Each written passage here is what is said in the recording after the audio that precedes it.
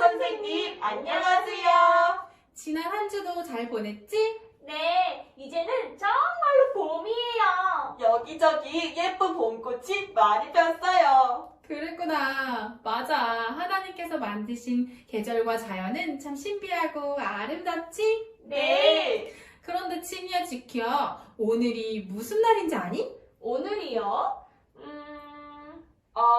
혹시 선생님 생신이세요? 선생님 생일은 아니고 생일만큼이나 즐겁고 기쁜 날이란다. 오, 정말요? 무슨 날이에요, 선생님? 알려주세요. 그게 말이야. 오늘은 바로 부활절이란다. 부활절? 우리 예수님께서 십자가에서 죽으시고 무덤에 묻히셨다가 3일 만에 다시 살아나셨잖아? 네. 바로 그렇게 예수님께서 다시 사신 것을 기념하고 기뻐하는 아주 특별한 날이란다. 우리 그럼 예수님께서 부활하시기까지의 이야기를 함께 보자.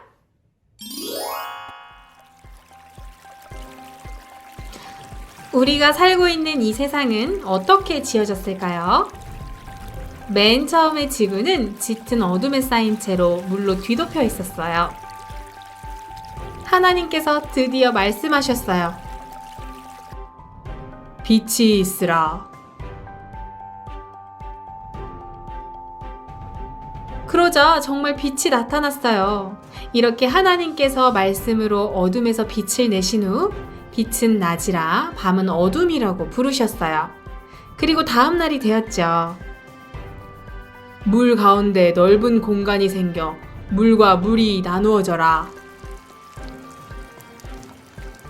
그러자 물이 위아래로 갈라졌고 그 사이에는 하늘이 나타났어요.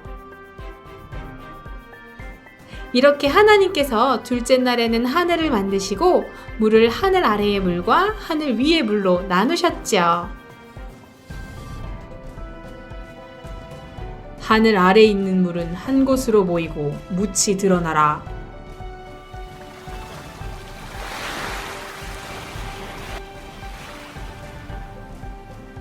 이번에는 하나님의 말씀을 따라 하늘 아래의 물이 한 곳으로 모였고 땅이 드러났어요. 이렇게 하나님께서는 땅과 바다를 만드셨어요. 땅은 온갖 채소와 씨 맺는 식물과 열매 맺는 과일 나무들을 그 종류대로 내어라. 뿐만 아니라 온갖 채소와 과일 등 식물들을 만드셔서 땅을 가득 채우셨어요. 이게 바로 하나님께서 셋째 날에 하신 일이랍니다. 넷째 날이 되었어요. 하늘의 광채가 나타나 땅을 비추고 낮과 밤을 나누어라. 그리고 날과 해와 계절을 구분하라. 하나님께서는 해와 달을 만드셔서 낮과 밤에 땅을 비추게 하셨고 또 별들도 만드셨어요. 그리고 해와 달과 별의 움직임을 통해 하루와 한 해와 계절을 구분할 수 있게 되었답니다. 다섯째 날이 되었어요. 물에는 생물이 번성하고 공중에는 새가 나르라. 물속은 물고기와 해초와 조개 등으로 가득 찼고 하늘에도 새들이 날아다니게 되었어요. 이처럼 하나님께서는 바다 생물과 하늘의 새를 만드시고 번성하여 충만하라 라고 축복해 주셨죠. 그리고 다음 날인 여섯째 날이 되었어요. 땅은 온갖 생물, 곧 가축과 땅에 기어다니는 것과 들짐승을 그 종류대로 내어라. 하나님께서 땅 위의 생물도 창조하심으로 드디어 지구는 온갖 피조물로 가득 차게 되었어요. 하나님의 온전하신 뜻대로 창조된 지구의 모습은 지금과는 비교할 수 없이 아름답고 풍성했어요. 만들어진 모든 것이 하나님께서 보시기에 참 좋았답니다. 그런데 하나님의 창조는 이것이 끝이 아니었어요.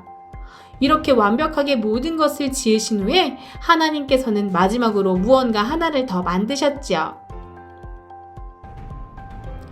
우리의 모습을 닮은 사람을 만들어 바다의 고기와 공중의 새와 가축과 온 땅과 땅에 기어다니는 모든 생물을 지배하게 하자. 그것은 바로 사람이었답니다. 하나님께서는 여섯째 날의 마지막으로 그분의 형상대로 사람, 즉 남자와 여자를 창조하셨어요. 그리고 그들을 축복하며 이렇게 말씀하셨지요. 너희는 많은 자녀를 낳고 번성하여 땅을 가득 채워라. 땅을 정복하라. 바다의 고기와 공중의 새와 땅의 모든 생물을 지배하라. 하나님께서는 사람에게 온 세상을 다스릴 권세를 주셨어요. 이처럼 사람을 마지막으로 천지 우주 만물이 완성되었고 창조의 일을 마치신 하나님께서는 일곱째 날을 축복하고 그날에는 쉬셨답니다. 하나님께서 사람을 만드신 이야기를 좀 더 자세히 볼까요? 여섯째 날에 하나님께서는 흙으로 사람을 빚으시고 코에 생기를 불어넣으셨어요. 그러자 사람이 살아있는 혼이 되었죠. 하나님께서는 첫사람 아담을 에덴 동산으로 데려와 다스리고 지키게 하셨어요. 그리고 땅의 각종 동물과 하늘의 새를 아담에게 데려와 이름 짓게 하셨죠. 아담이 그것들을 보고 부르는 대로 이름이 되었답니다. 에덴 동산에는 갖가지 아름다운 과일 나무가 있었는데 동산 한가운데에는 생명나무와 선악을 알게 하는 나무도 있었어요. 하나님께서는 아담에게 말씀하셨어요. 내가 동산에 있는 과일은 마음대로 먹을 수 있으나 단 한 가지 선악을 알게 하는 과일만은 먹지 말아라. 그것을 먹으면 내가 반드시 죽을 것이다. 네, 하나님, 명심하겠습니다. 하나님께서는 또 말씀하셨어요. 사람이 혼자 사는 것이 좋지 못하니 내가 그를 도울 적합한 짝을 만들어 주리라. 그리고 아담을 깊게 잠들게 하신 후 갈비뼈 하나를 뽑아 여자를 만드셔서 아담에게 데려오셨어요.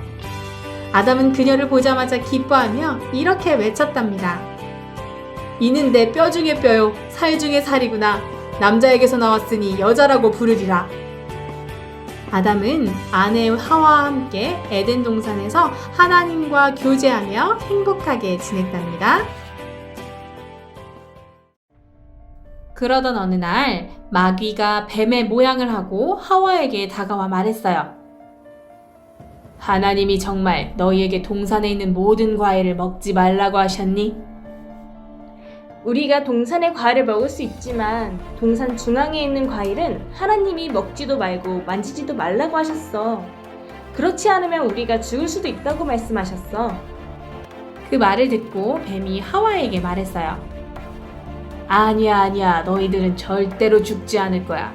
하나님이 너희에게 그렇게 말씀하신 건 너희가 그걸 먹으면 눈이 밝아지고 하나님같이 되어서 선악을 분별하게 될 걸 아시고 그러신 거야.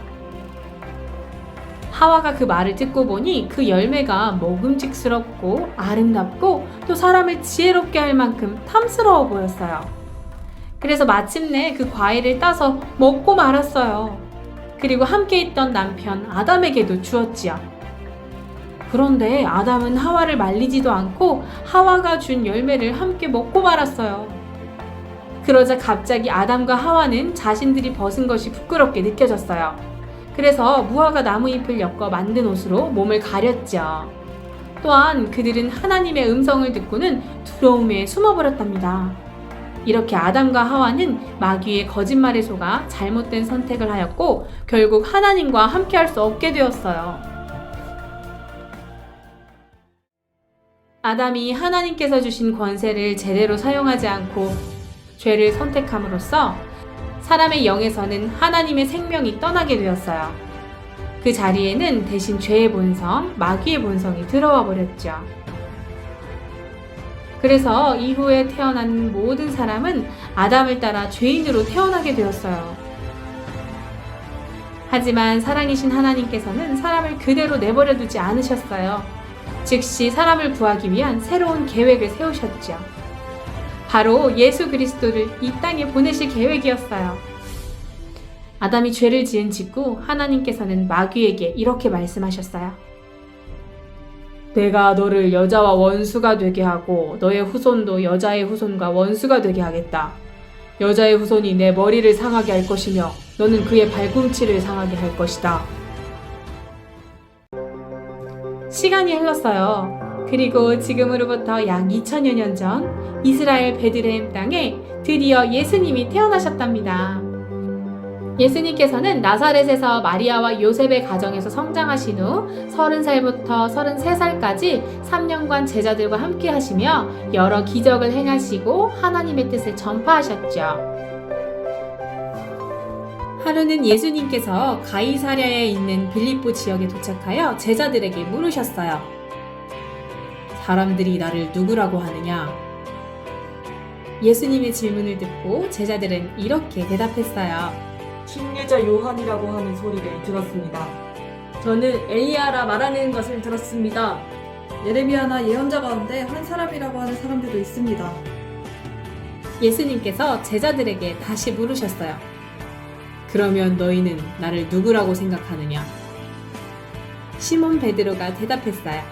주님은 그리스도이시며 살아계신 하나님의 아들이십니다. 베드로의 대답을 듣고 예수님께서 베드로에게 말씀하셨어요. 요나의 아들 시몬아, 내가 복이 있도다. 이것을 너에게 알리신 분은 사람이 아니라 하늘에 계시는 내 아버지시다. 그리고 마침내 하나님께서 정하신 때가 되었고 예수님께서는 로마 군인에게 잡혀 재판을 받게 되었어요. 당신이 하나님의 아들이요? 그렇습니다. 당신이 유대인의 왕이요? 그렇습니다. 하지만 나의 왕국은 이 땅에 있지 않고 하늘에 있습니다. 예수님은 심한 매질을 당하시고 온 몸이 찢어지셨어요. 그리고 결국 십자가에 못 박혀 죽임을 당하셨지요. 아버지, 내 영혼을 아버지 손에 맡깁니다. 하늘이 깜깜해졌어요. 그리고 예수님께서 숨을 거두시자 땅이 흔들리고 성전의 휘장이 위로부터 아래로 찢어졌어요. 사람들은 말했어요. 예수는 진짜 하나님의 아들이었어. 돌아가신 예수님의 몸은 무덤으로 옮겨졌어요. 무덤 입구는 큰 돌로 막혀 있었지요. 예수님께서 돌아가신 지 사흘 후 막달라 마리아와 몇 명의 여인들이 예수님의 무덤으로 찾아갔어요. 그런데 이게 어찌 된 일일까요? 지진이 일어나고 하늘에서 천사가 내려와 무덤 입구의 돌을 굴려내고 그 위에 앉았어요. 두려워 말라. 그대들이 찾는 예수는 여기에 계시지 않는다. 그분이 전에 말씀하셨던 것처럼 살아나셨느니라. 정말로 무덤은 텅 비어 있었고 예수님의 시신은 보이지 않았어요. 어서 가서 예수님께서 살아나셨다고 제자들에게 전하여라. 여인들은 두려움과 기쁨에 차서 당장 달려갔어요. 그때 누군가 여인들 앞에 나타났어요. 그건 바로 예수님이었어요. 예수님이 정말 다시 살아나신 거예요. 예수님은 제자들에게도 나타나셨어요. 나는 하늘과 땅의 모든 권능을 받았다. 그러므로 너희는 가서 모든 민족을 제자로 삼아 아버지와 아들과 성령의 이름으로 세례를 주고 내가 너희에게 명령한 모든 것을 가르쳐 지키게 하라. 내가 세상 끝날까지 항상 너희와 함께 있겠다.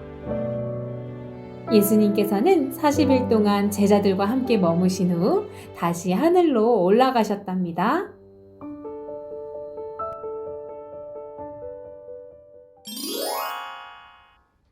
우와, 정말 엄청난 이야기예요. 예수님께서 다시 살아나신 것으로 끝나서 얼마나 기쁜지 몰라요. 그렇지. 하나님께서는 사람을 위하여 온 세상을 지으시고 마지막에 그분의 형상을 따라 사람을 만드셔서 세상을 다스리도록 맡기셨어. 그런데 아담이 죄를 짓고 말았어요. 그래, 배워서 잘 알고 있지? 그래서 사람은 하나님과 끊어지고 죄인의 생명과 본성을 가지고 살 수밖에 없게 되었지. 하지만 하나님께서는 사람을 위해서 또 다른 계획을 세우셨어. 사람을 위해 누구를 보내셨지? 바로 예수님이요. 그렇지. 우리의 죄 문제를 해결하시고 또 우리에게 새로운 생명을 주시기 위해서 아들이신 예수 그리스도를 보내주셨지? 네. 예수님께서는 이 땅에 사시는 동안 세상에 하나님의 뜻을 나타내셨고 마지막으로 십자가에서 죽으시고 무덤에 묻히셨다가 마침내? 다시 살아나셨어요. 그래, 맞아. 다시 살아나심으로써 그분께서 하실 일을 다 마치셨단다. 우와, 만세! 그래, 이제는 누구나 이 소식을 듣고 예수님을 영접, 즉 심령으로 받아들이기만 하면 그 영이 다시 태어나고 그리스도인이 되어서 어둠의 생명에서 빛의 생명으로, 마귀의 자녀에서 하나님의 자녀로, 죄인에서 의인으로 바뀌게 되는 거란다. 와, 들어도 또 들어도 놀라워요. 하나님, 감사해요. 그런데 너희들 예수님 영접을 어떻게 하는지 혹시 기억하니? 영접? 선생님께서 가르쳐 주신 것 같은데. 선생님이 성경 구절을 다시 알려줄게. 만일 여러분이 입으로 예수님을 주님이라고 고백하고 또 하나님께서 그분을 죽은 사람들 가운데서 살리셨다는 것을 마음으로 믿으면 구원을 받을 것입니다. 로마서 10장 9절 말씀. 아멘. 이제 생각나요, 선생님. 믿고 말하는 거. 그래, 이제 기억나는구나. 그런데 우리가 무엇을 믿어야 한다고 말씀하시니? 하나님께서 예수님을 죽은 사람들 가운데서 살리신 것이요. 네, 예수님께서 다시 살아나신 것이요. 그래, 맞아. 그만큼 예수님의 부활은 중요하고 의미가 있는 일이란다. 예수님께서 이 땅에 태어나신 것이나 십자가에서 돌아가신 일도 중요하지만 마침내 예수님께서 다시 살아나셔야지 우리에게 새로운 생명을 주시려는 하나님의 뜻이 비로소 완성될 수 있었거든. 너희들 기억하지?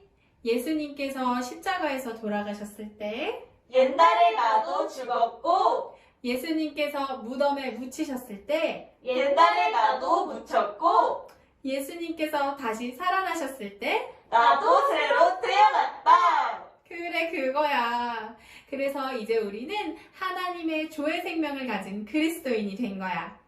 하나님께서는 우리가 완전한 생명을 가지고 세상을 다스리고 하나님의 뜻을 나타내며 살기를 원하셨단다.